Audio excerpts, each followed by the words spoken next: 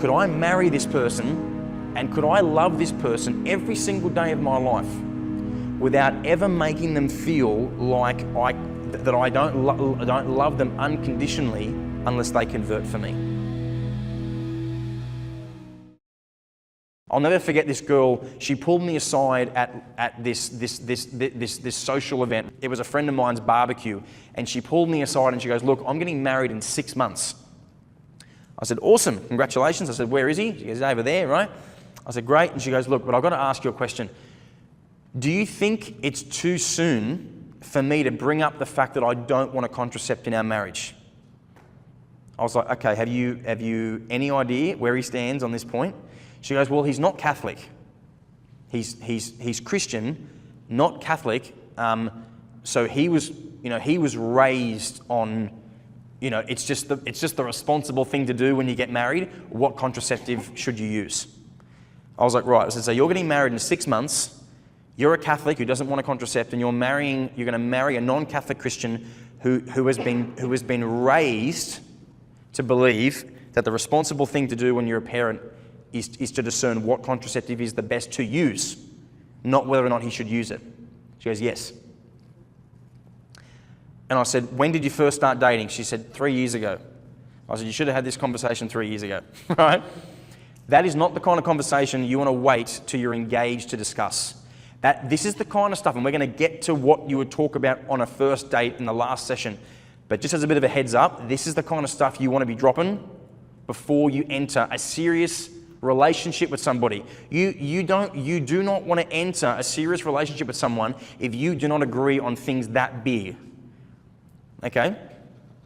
Really important. So you need to have the support there. You need to be willing to have very intense discussions with the other person. Like, you can't shy away from anything. You need to talk about, are they open to life? Because if they're not open to life, that will not be a valid marriage in the church. Amen? If they're not open to life, if they want to use contraception or whatever, that's not going to be a valid marriage. Amen? They need to be willing to support you in raising and educating your children in the Catholic faith. If they don't want to do that, that's a big problem. Amen? Moral issues like contraception, same-sex marriage, IVF, life in the womb, these are all big. Now you might say, okay, look, well, if I'm the woman, if I believe life is sacred and it begins in the womb, he's not going to force me to go and to get rid of the baby, right? So that's fine. Okay, but what is his attitude to life in the womb? Or how is he going to raise your children to think about those kinds of things? These are big topics. What about prayer in the home? Is he or she going to support your efforts to raise your children in the faith, or is he going to scoff at them or even discourage it or be anti the faith with the children? What's that going to do for the intimacy in your marriage? Okay, so these are important things you need to be willing and able to talk about.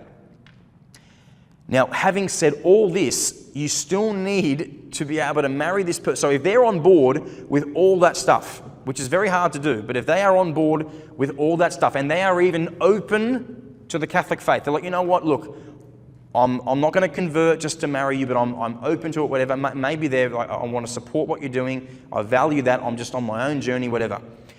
You still, and this is a very difficult seesaw for you now to be on, is that you cannot pursue them as a project to evangelize and convert. So you might meet someone, okay, especially ladies. Ladies are do this a lot, where they will see a guy and say, "Oh, mate, good looking, athletic, he's got everything else, just doesn't have the faith. I'll fix him, don't worry. I'll fix him, I'll sort him out," right? Now, do you remember the example that I used over here? Sorry, Hamish? Yep. I was talking about Hamish meets this woman, and he's got... Sorry? This is McDonald's example. No, it was a different one. He's got this ideal of what this woman needs to be, and it's this cutout on the wall, right? And if you have to be able to be like, "You know what? Could I marry this person And could I love this person every single day of my life without ever making them feel like I don't love them unconditionally unless they convert for me? That's not easy to do, is it? To be able to say, I respect their freedom and I love them as they are. Now, I said this in week 1 or 2. Obviously, we always want to pray for the person that we're in a relationship with. We want to pray for the person we're married to. We would hope they're always going to grow in virtue. Amen? Always. But we don't get married or we don't start dating them knowing I must change X, Y, Z before I could get married to them. That is not a healthy thing. And guess what they're going to do? If you start dating somebody who's not Christian, not Catholic, and you say you're okay with them not being Christian or Catholic, but then you spend every chance you get shoving the faith down their throat, making them feel guilty or bad for not believing the way you believe, they will end up hating and resenting you and the faith, because what are they going to say when they walk away from you? Right? I was never good enough. I had to be a certain way. I had to be this. I had to be that for them. And that wasn't me. They didn't love me for who I was. They loved me because they had an idea of who I needed to be in their mind, and I felt pressured to constantly change for them. So that balance is very hard to do.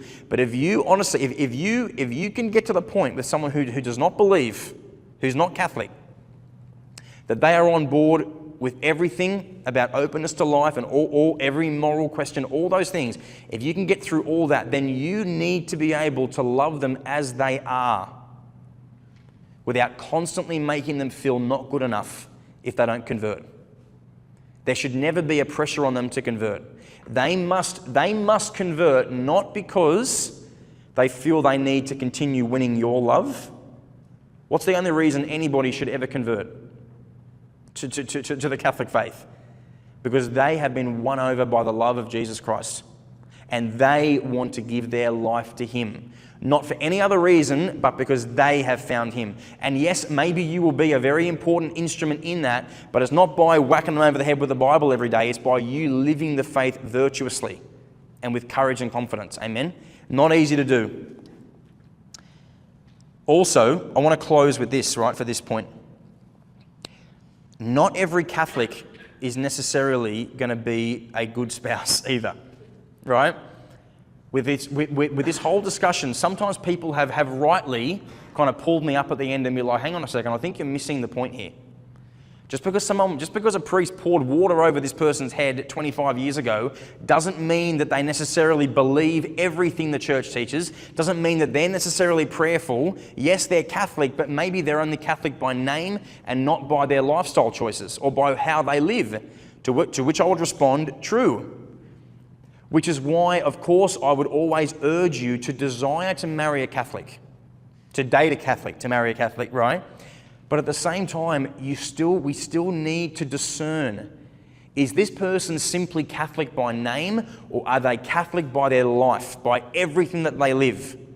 I always like to say, don't just marry a Catholic, marry a fired up Catholic, right? Someone that's passionate about their faith and lives it to the full. And you still need to spend a fair bit of time with someone to really be able to discern, is this person, are they just pretending to be more spiritual to win me over?